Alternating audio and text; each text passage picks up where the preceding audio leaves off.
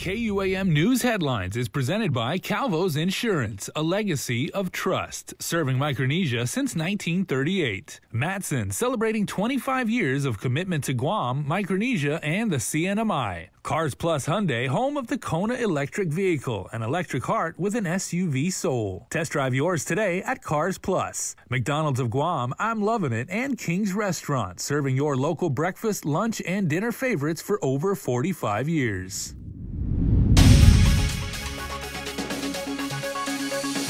Ahead on Primetime, the governor lays out her plans on spending the ARP funding. Plus, the CNMI COVID task force confirms 98 new positive cases, and Guam's only public hospital unveils their CR machine. These stories and more on Primetime. Hafa and good evening, everyone. I'm Hannah Devanzo, and thanks for tuning in to your news leader. The governor finally unveiled her spending plan for more than $550 million in American Rescue Plan money. It's called Investment para Hamzu, which she says is a comprehensive framework to recover from the COVID pandemic. Nestor Lecanto reports. The investment plan incorporates all of the federal assistance available to Guam, not just the ARP funds. All total, it's upwards of $3.5 billion and climbing, they say, and covers everything from childcare to affordable housing to utility subsidies and a new hospital. We wanted to take this pot of money and allocate to these various categories of priority and initiatives to improve the lives of our people. And not only that, Nestor, to prepare for recovery and to prepare for reopening and to make sure that we have the means and the resources to stand up our economy. Senators have been calling for months for the governor to release details of her ARP spending plan. What took her so long to unveil it? Despite media screaming about the plan, despite senators screaming about the plan, I really held fast because it's not prudent and it's not wise financially to put a plan out and then later on we find out that it's not being used for what it's supposed to be used. Leon Guerrero says she intends to be flexible with the money and will pivot should there be a need. This includes shifting money to cover government operational shortfalls, for example. Meanwhile, administration officials also acknowledge that it's a once-in-a-lifetime windfall from the federal government, and it's their responsibility to make sure it's spent in the best way it can be. Lieutenant Governor Josh Tenorio says they are getting the best bang for the buck. This is a big once-in-a-lifetime, so to speak, investment, and I just want to assure you that the kind of the way that we're going to make sure that we're expending the monies correctly is based on the outcomes we believe are going to happen in our community. The governor and lieutenant governor have taped a 23-minute video explaining all the spending. It's available on our social media and will be aired on Wednesday's Link Show. For Guam's News Network, I'm Nestor Lecanto. COVID-19 cases in the CNMI continue to climb, and our Tomas Manglania is standing by live in Saipan with the latest. Tomas? Hannah, the numbers are alarming. I'm reporting outside of the COVID-19 vaccination site at the Multipurpose Center on Saipan. About 85% of the eligible population is vaccinated. And right across the street, if you can see behind me, some Christmas trees and decorations are being set up. But after today's news, it's unclear how the festivities will look like this year. We're reporting on 98 new cases identified yesterday. And so the case breakdown for those, we've identified 82 of those, vast majority, for our community-based testing. The largest spike in cases on Saipan since the start of the pandemic. In a matter of weeks, the CNMI's daily reports staying in double digits. 63 of the recent cases are linked to a congregate living area, while more cases are linked to known clusters. We still have 0 severe cases identified of COVID-19, which is great news. Really is a testament to our high vaccination coverage. The alarming news comes amid a holiday season and public school reopenings in the coming weeks. COVID is definitely here. We have these cases that we're trying to contain, and that will be our goal moving forward. Again, continue with that goal of containing this virus from spreading out there in the community. As contact tracing remains a priority, the focus also is on vaccinations. There is going to be some outreach that we're working with the vaccination team to try to get to target population, to bring the vaccinations to them. And we're trying it so that we can, again, get more people vaccinated. Positive cases are isolated at the Kanoa Resort and Marianas Resort facilities. And the COVID-19 task force says that there is no evidence so far showing that the spread has reached Tinian or Rota. There are no confirmed cases there, but just in case, they're putting some mitigation efforts and checking in with island leaders on Rota and Tinian to ensure that they're prepared just in case the spread does reach them. Reporting live here on Saipan at the Multipurpose Center COVID-19 vaccination site, I'm Tomas Manglotnia for KUAM News. That was our Tomas Manglotnia once again reporting live from Saipan. The island recorded another COVID-19 related fatality. The Joint Information Center reported last night that the latest COVID-related death was pronounced dead on arrival at Naval Hospital on November 19th. The patient was a 69-year-old unvaccinated woman. To date, 263 people have died related to COVID on Guam. In our new series, 6 Feet Apart, 6 Feet Under, Tomas Manglotnia uncovers the grief, sadness, and hope amid the pandemic of our lifetime. In this segment, Tomas visits the Ada Funeral Home where some loved ones couldn't enter at the height of the pandemic.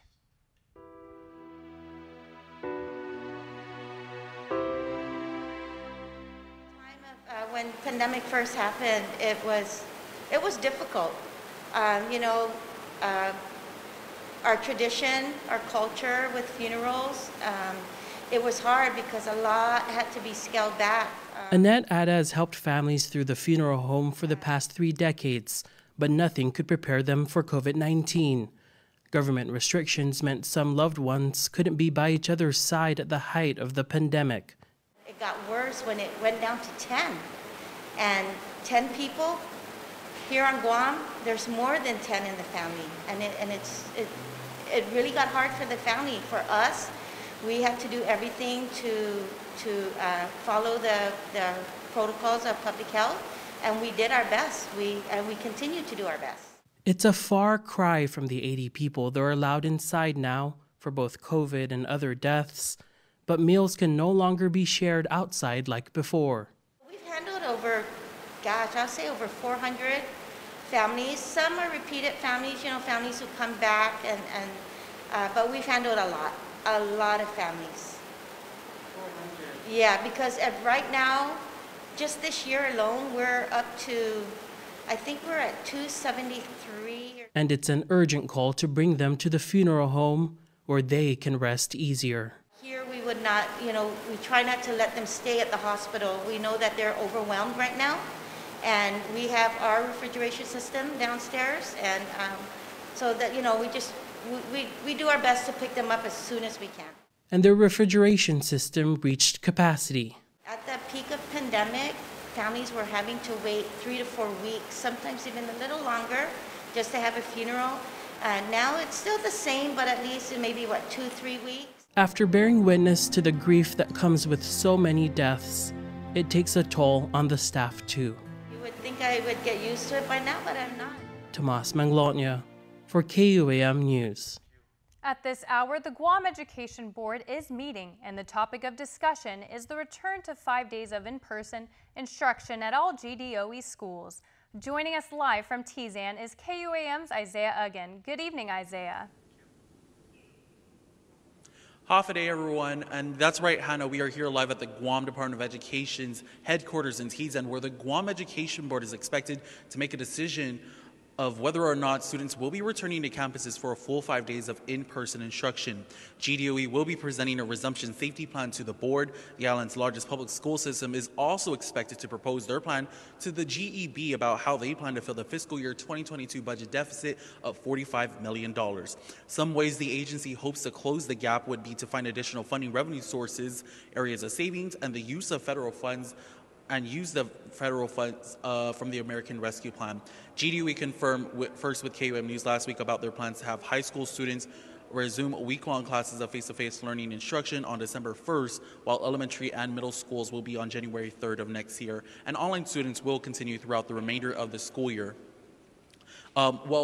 Meanwhile, GDOE officials have also confirmed with KUAM News exclusively that an internal email was sent Sunday to employees stating that the department can anticipate a November 29th start date for 5 days of classes. However, GDOE has reiterated that an input session will be held first to discuss their safety plans with parents and the community before having students return to classes full-time.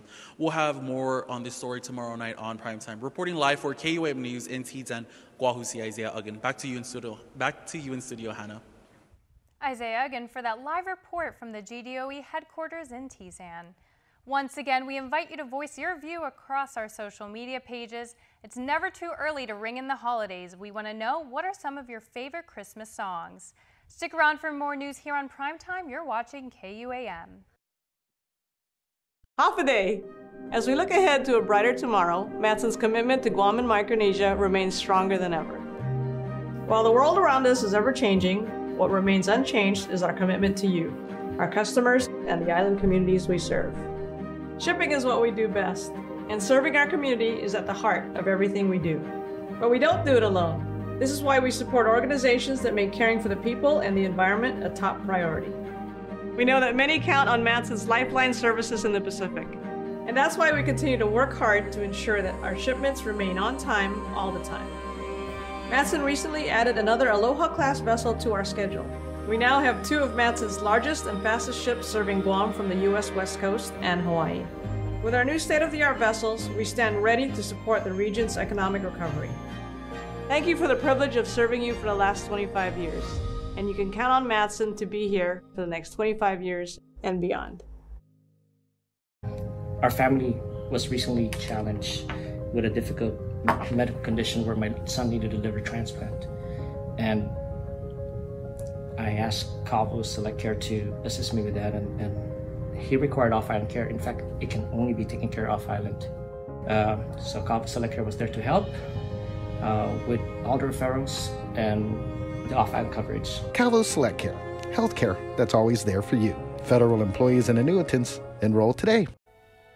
We knew it was time to make these when we started asking things like, wouldn't it be nice to be able to get a warm cinnamon roll right now? And why can't this kind of muffin come from the same place as a McMuffin? And isn't your coffee lonely without company from a glazed apple fritter? Well, consider these our 3 resounding yeses. Meet the new bakery sweets at McDonald's.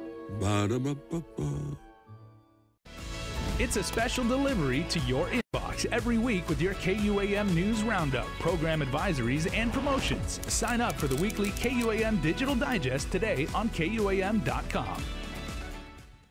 The Guam Memorial Hospital unveiled their newest clinical equipment to better serve island residents. With more is Daniel Perez. GMH showcased their latest C-arm machine today. The C-arm is an X-ray. The name comes from the C-shaped arm used to connect the X-ray source and the X-ray detector to one another, and was purchased using the Provider Relief Funds under the CARES Act.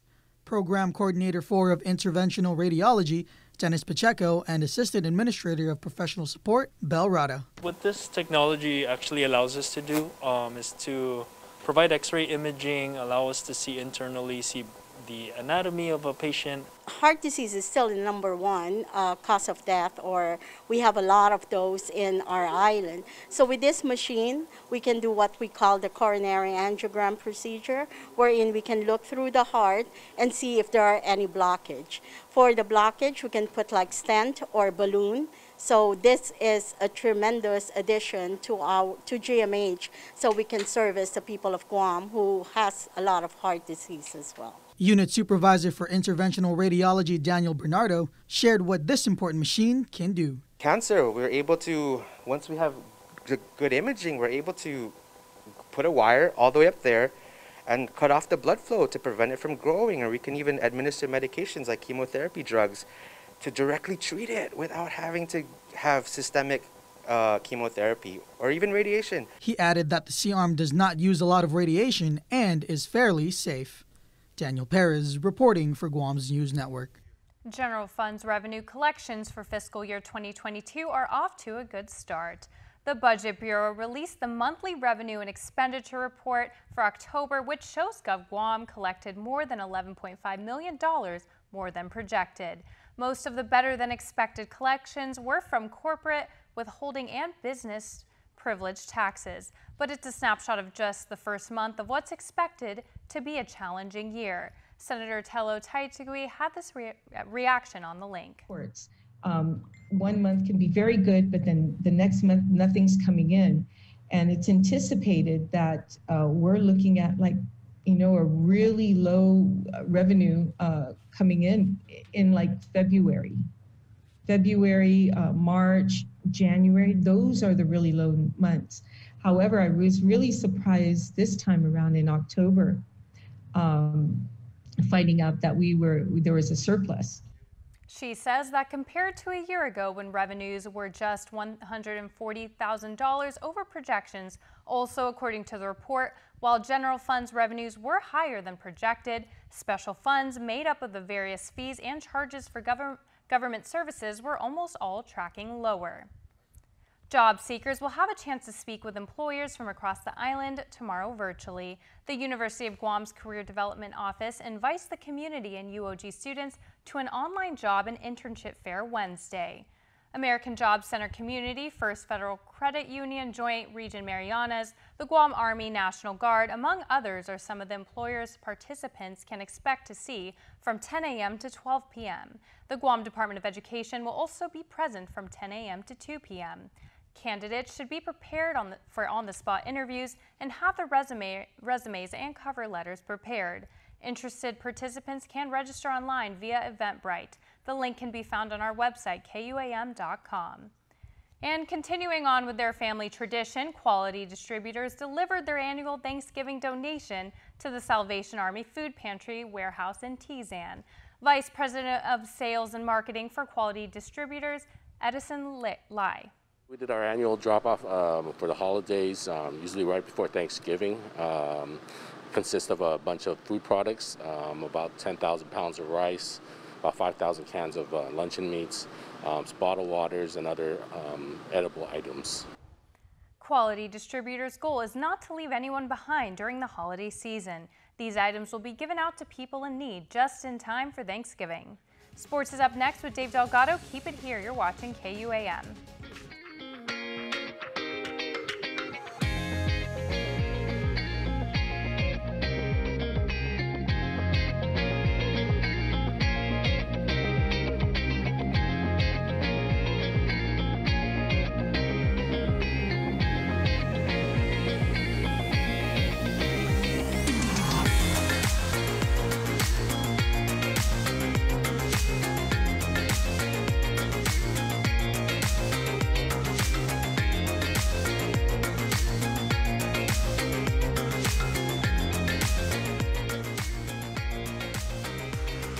Your community calendar is brought to you by Taco Bell. Whether it's your first meal or your fourth meal, we've got you covered. Taco Bell, live Mas.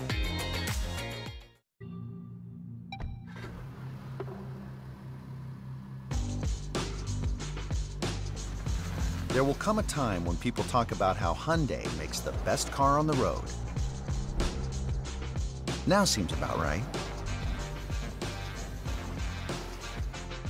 The technologically advanced Hyundai Elantra is the 2021 North American Car of the Year.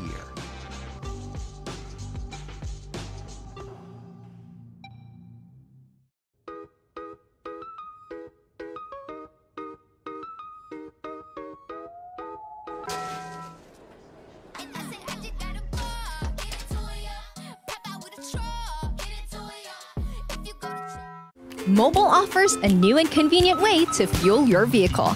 Pay gas and go. No need to line up inside the store. Press preset. Enter whole dollar amount without decimals. Press Loyalty ID and enter your mobile number or insert Smiles card. Insert and remove payment card or tap contactless credit card. Begin fueling. And don't forget to grab your receipt. Pay gas and go. It's that easy. KUAM Sports is brought to you by Docomo Pacific. Better together.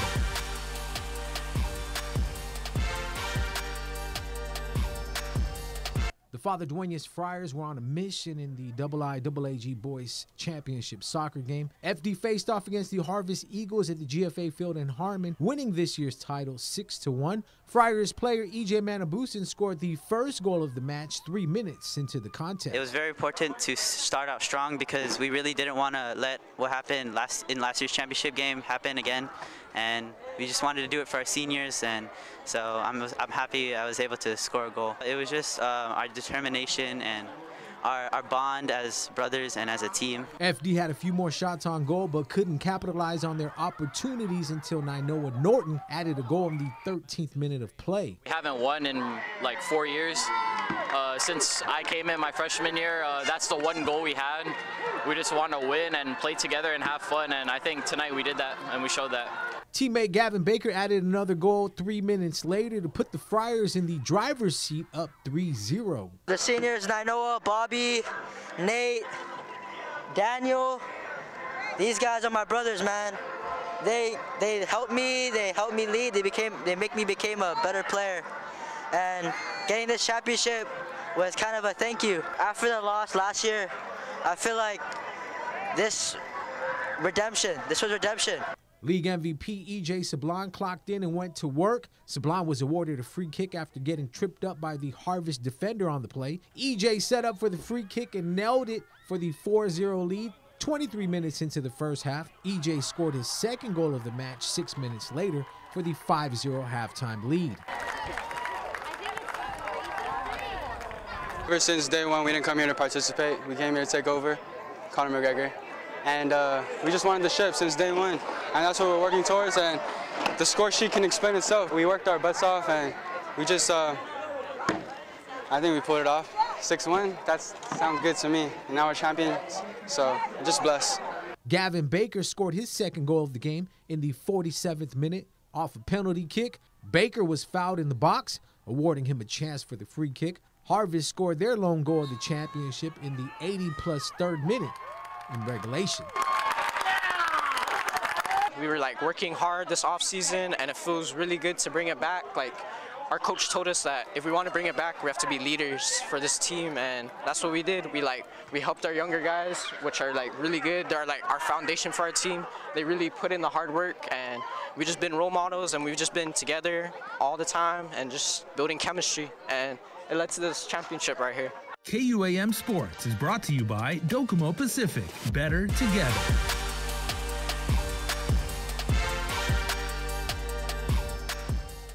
You are everything that matters to me, and I promise to do whatever it takes to keep you healthy, to be comfortable, and to be free.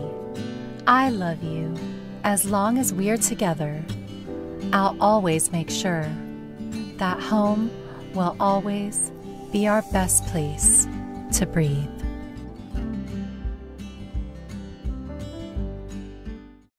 Only Pizza Hut lets you surround your favorite pizza with greatness. Get the one and only stuffed crust pizza for just $16.99 with one topping. At that price, it's irresistible. Get yours today, only at Pizza Hut, the island's best. Guam's auto appearance specialist, Elegant Reflections, has been providing the automotive industry with professional detailing and car care products at its highest quality, from complete detailing, full interior detailing, exterior detailing, headlamp restoration, hand washing, seat and carpet shampoo, engine degreasing, undercarriage cleaning, paint sealant, fabric protection, paint oxidation removal, and so much more. Visit us at our new location. Call 646-5555 for an appointment. Elegant Reflections, Guam's auto appearance specialist, over 20 years of experience.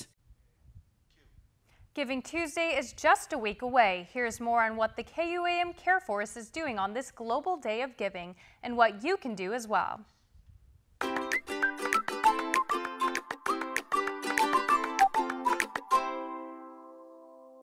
Giving Tuesday takes place on November 30th this year. The movement, which began as a social media-based campaign with the simple goal of encouraging communities to give back, volunteer, and spread kindness on the Tuesday after Thanksgiving every year, has grown into an inclusive community of millions of givers, with activities in every country on every continent. Giving Tuesday celebrates and uplifts grassroots generosity and generosity as a university-held value. Around the world, across diverse giving cultures, the Giving Tuesday Network now consists of local leaders in more than 75 countries and hundreds of communities who innovate, collaborate, and inspire collective generosity as a way to build the world they want to live in. Giving Tuesday inspires people to take collective action to improve their communities, give back in better, smarter ways to the charities and causes they believe in, and help create a better world. Giving Tuesday demonstrates how every act of generosity counts and that they mean even more when we give together. The KUAM Care Force, a longtime Giving Tuesday partner, will continue in its tradition of participating in this movement through a variety of activities that will culminate on Giving Tuesday. All month long, we've been inviting local dignitaries to share their giving stories and encourage people to support these worthy causes and organizations. The KUAM Care Force is also calling on our community to donate new toys and non-perishable food items to our donation drive-through for the Salvation Army on Tuesday, November 30th from 8 a.m. to 2 p.m. We're once again providing a safe way for our community to make a donation to those in need. We'll also be delivering treats to our healthcare workers in partnership with local businesses and compiling messages of love, kindness, and support to share them with our healthcare frontliners. The community is invited to drop by our office any weekday to sign this Kindness for Caregivers wall, which will be delivered on Giving Tuesday. This year, the Giving Tuesday is themed around the concept of radical generosity, and the KUAM Care Force invites all to join us in being part of this movement. Use hashtag GivingTuesdayGuam on all your social media posts to let us know what you're doing.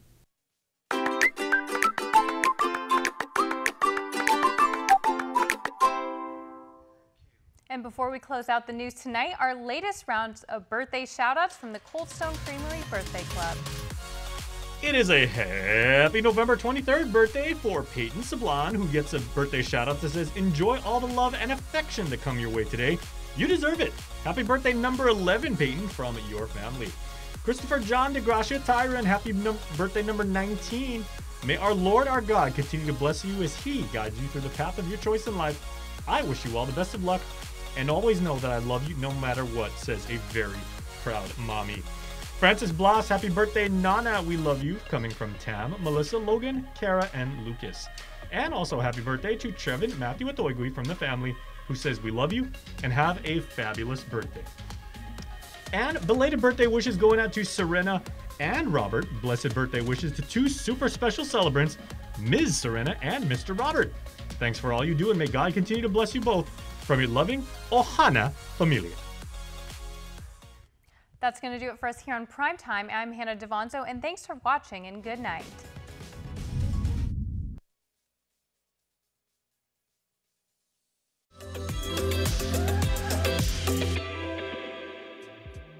Half a day, everybody. I'm Sabrina Salas Matanani, and welcome to Health, Home, and Lifestyle.